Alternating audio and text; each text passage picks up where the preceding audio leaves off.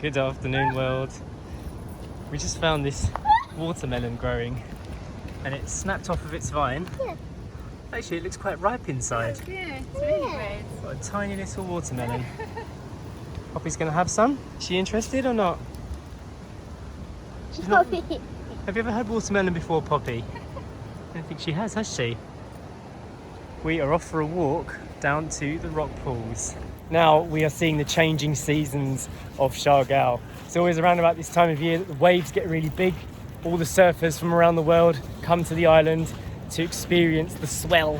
Yeah. And the tide gets normally too high for us to walk to the rock pools. So we're making the most of today and heading down there while the tide is still low enough to do it. Yeah, well, quite often as the year goes on, the water doesn't go out at all. So all of this rock bed here, on the seabed, you won't be able to see. The tide just stays in. So trying to walk around to the rock pools is impassable because the waves are too strong and you just can't get around there. So right now, the tide is out. I think it's out far enough for us to be able to get all the way around to Magpapunku. So we're going to go and try it out. You can see here where high tide has been, where the wet sand meets the dry. That's how far in it comes at different times of the day, especially at this time of year. We use a special app to track the tide here called Windy, which shows you on a graph when low tide is going to be. It changes every day by about 45 minutes. So low tide today is around about midday. Low tide tomorrow will be about 1 o'clock, and it just goes along like that all around, so that if you wanted to get low tide at night, let's say, you just have to wait for the weeks to pass until it gets to that stage. We normally get 2 low tides and 2 high tides every 24 hours according to the graph. It's also quite nice how the sound changes at different tide, because low tide means the sea is further over there. Obviously it's a lot quieter, whereas when we have high tide and the waves are hitting right against these rocks, in the house you can hear the wave sound and it feels a little bit more like you're closer to the ocean, of course, which you are. The last time we walked along this coast was with our family when they came to visit. Missing them. It's nice to think that they actually got to come here and experience this with us, our home. We're still here, of course. This is where we live. This is our backyard. We get to call this what is a major tourist attraction, our garden activity in a way. I am chuckling because I remember last time we were going here, I was filming a vlog about my cousin Devon on the sea, under the sea camera, waterproof camera, I'm trying to say, and I asked him, "Can you introduce yourself, Devon?" And he was like, Wow. Okay. I am talking to my cousin who is called Devon. He is. Okay. Introduce yourself. I don't know. Okay. That is my cousin though. And we put it on the television and all of us laughed. And I decided I wanted to chuckle about that too. Cave of Doom. Why is it the Cave of Doom? Because it looks like Doom. It's really deep actually. It goes right up there, doesn't it? Yeah. Oh, I can see light. Can you? Yeah, look, if you look, put your head inside, look. Oh yeah. So there must be access to it from up top there. Oh yeah, I can see a hole. How crazy is that? Oh You see the yeah, hole where it put the end. that's right. The water must have carved that out. Look how clean it looks around here. Again, at different times of the year, sometimes the tide brings in a load of trash with the high tides, but right now, look at this. I don't know. see one bit of plastic here, which is very unusual. It's very rare, especially for this patch of beach. Yeah, you're right. It's super clean. Except for that bit there. Yeah, that's just like microplastic, isn't it? Hang on, that's a shell. Yeah? Yeah, okay, even better. Do you remember, Story, what washed up from the tide on this beach once before? A toy. Oh yeah, my Japanese horse. Yeah. We actually found a toy from Japan, didn't we? Yeah. Had Japanese characters written on it, a Japanese label, so it must have come from Japan. You can't buy that stuff here on the island. It was something blizzard. Yeah, we translated it, didn't we? It was like running blizzard or something it said on it, like a racehorse. Yeah, it did look like a racehorse. I I was thinking in my head a fridge. A fridge? Remember that fridge? Oh yeah, there was an old fridge on the beach once, wasn't there? Yeah, it's massive. It's still there. We don't usually bring Poppy on this walk because she freaks out at the sound of the sea usually and doesn't really want to move along, so we have to keep pulling on her. But today she's being all right. I think the sea is far enough away. Little private beach there. It's a dangerous beach, that one though. If you fell asleep on it sunbathing and then yeah, if the tide comes in, that's it. Yeah. The rock would cut you off here. Yeah, this is like, we know that we can get to this point okay when we see the tide is out from our house. We can get here, no problem. But then you can see the rocks jut out there. So you've got to kind of go out into the sea area to get round it. Yeah, it's dangerous. Which is the bit where you can get, oh, okay, we should head back, you can't pass. But right now, I think we're cutting it fine actually, because look, you can see the water coming in. No, it's always like this here. It's going to be low tide for another 2 to 3 hours. Okay. Oh, this is a good one. Fishing Yeah, it's quite deep, isn't it? It's a fishing part. It's like a, what do you call it? One of those dip pools you get in Morocco where you just stand in it. Plunge pool. Yeah, plunge pool, that's it. Hey, Daddy, Except this one's got loads of fish in it. do you want to go in the fishy party?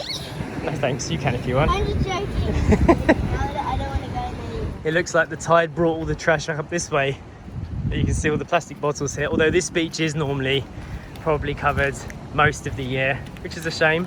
Honestly speaking though, all over the Philippines, if you don't have someone on the beach cleaning up every single day, every beach would be like this.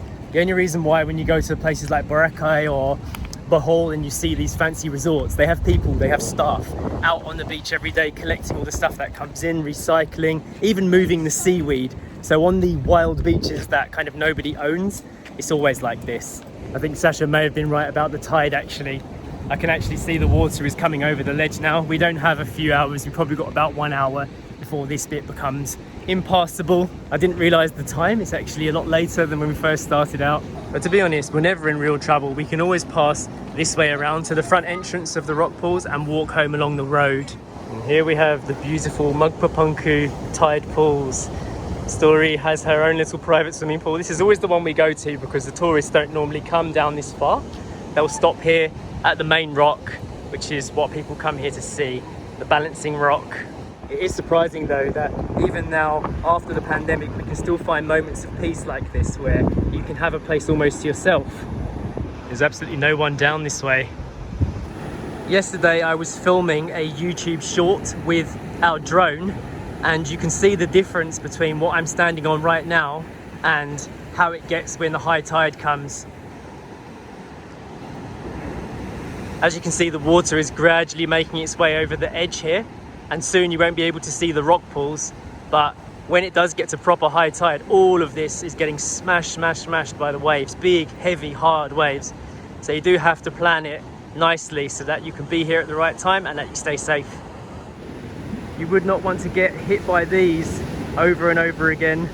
They do actually have lifeguards here, but they don't patrol the whole beach. I feel like their main purpose is to offer you a life jacket or a life ring if you want to rent one or if you look like you're in serious trouble. But if you were down this end and you were to get yourself into a bit of swimming trouble, they wouldn't really see you because they're around the main section.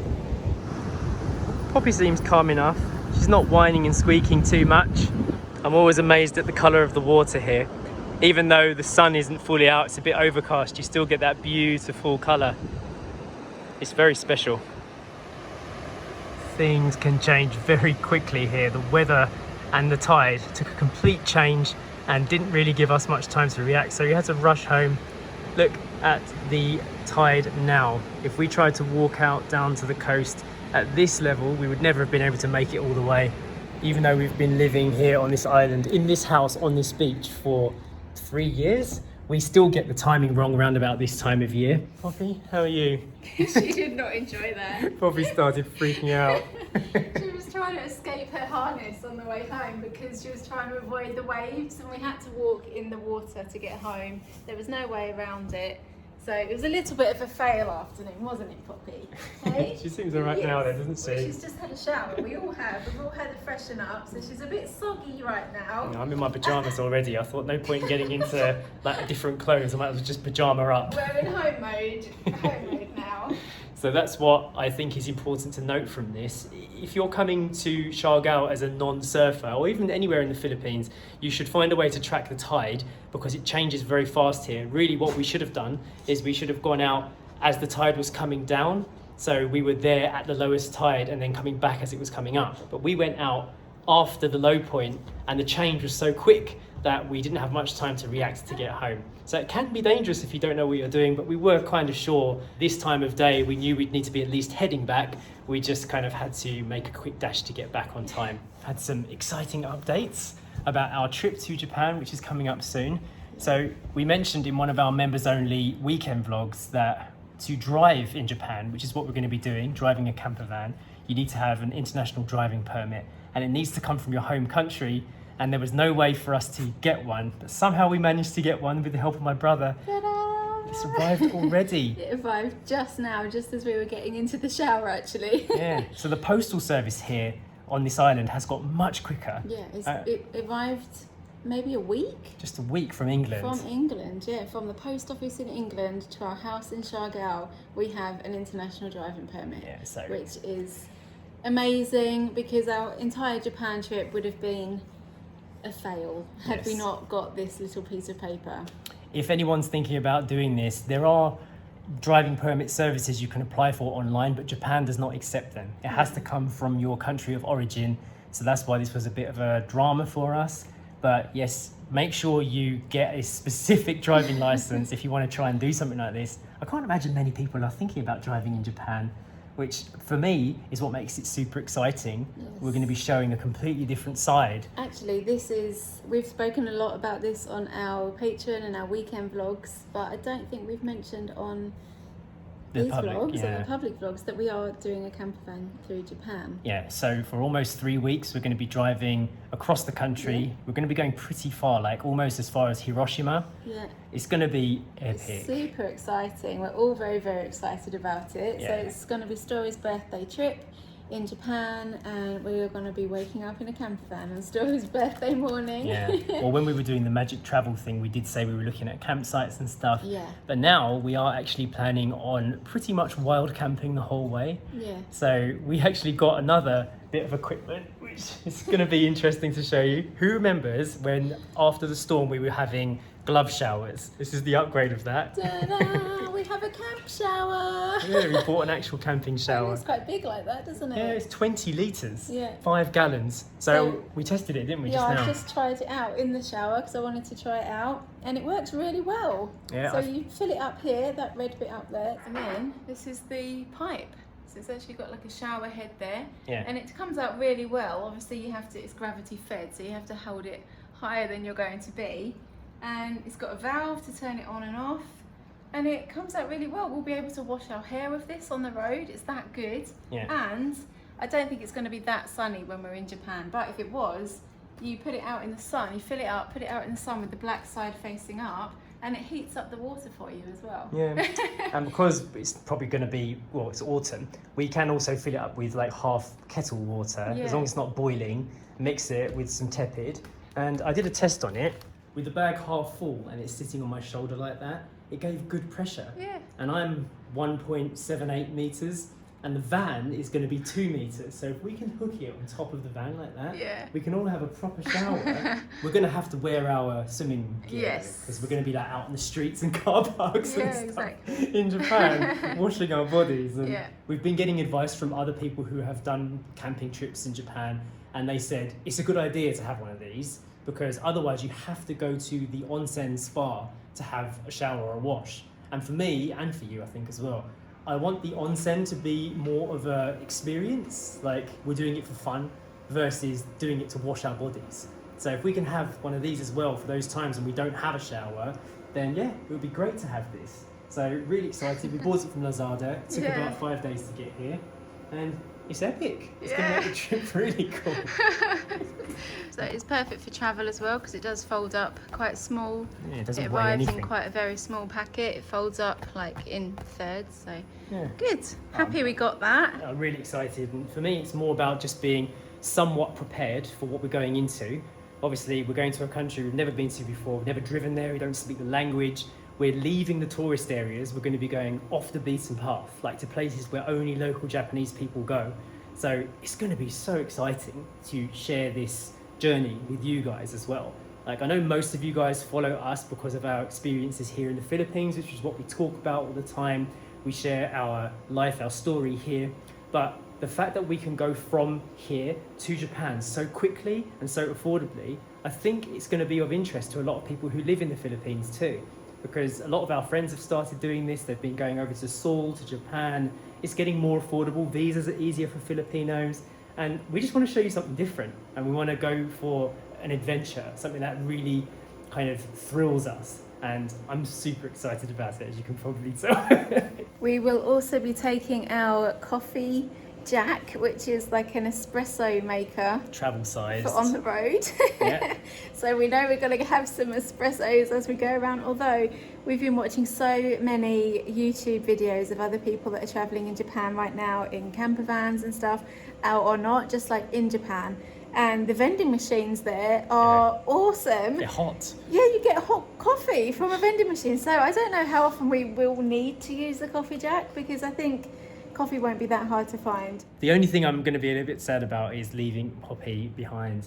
But Poppy's excited too, because Guess her who's best coming? friend, her best friend, Granddad! is coming to look after you. Granddad's coming. My dad has very kindly agreed to come and look after Poppy while we go away, and then he will stay for extra time once we get back, and we can spend time together here on the island as well. I think it's about time we do a shout out for our members. What do you reckon, Dad? Yeah? Ready for shout out? Let's do it. Today we are shouting out to Kingo Swag. Huge thank you to Kingo Swag for becoming a member. If you're interested in becoming a member yourself, hit the join button. It's under the videos. It's a great way for us to see your comments, which come up higher in the stream. Anyway, I'm going to end the video for today. Hope you enjoyed it, and we'll see you in the next one. Bye!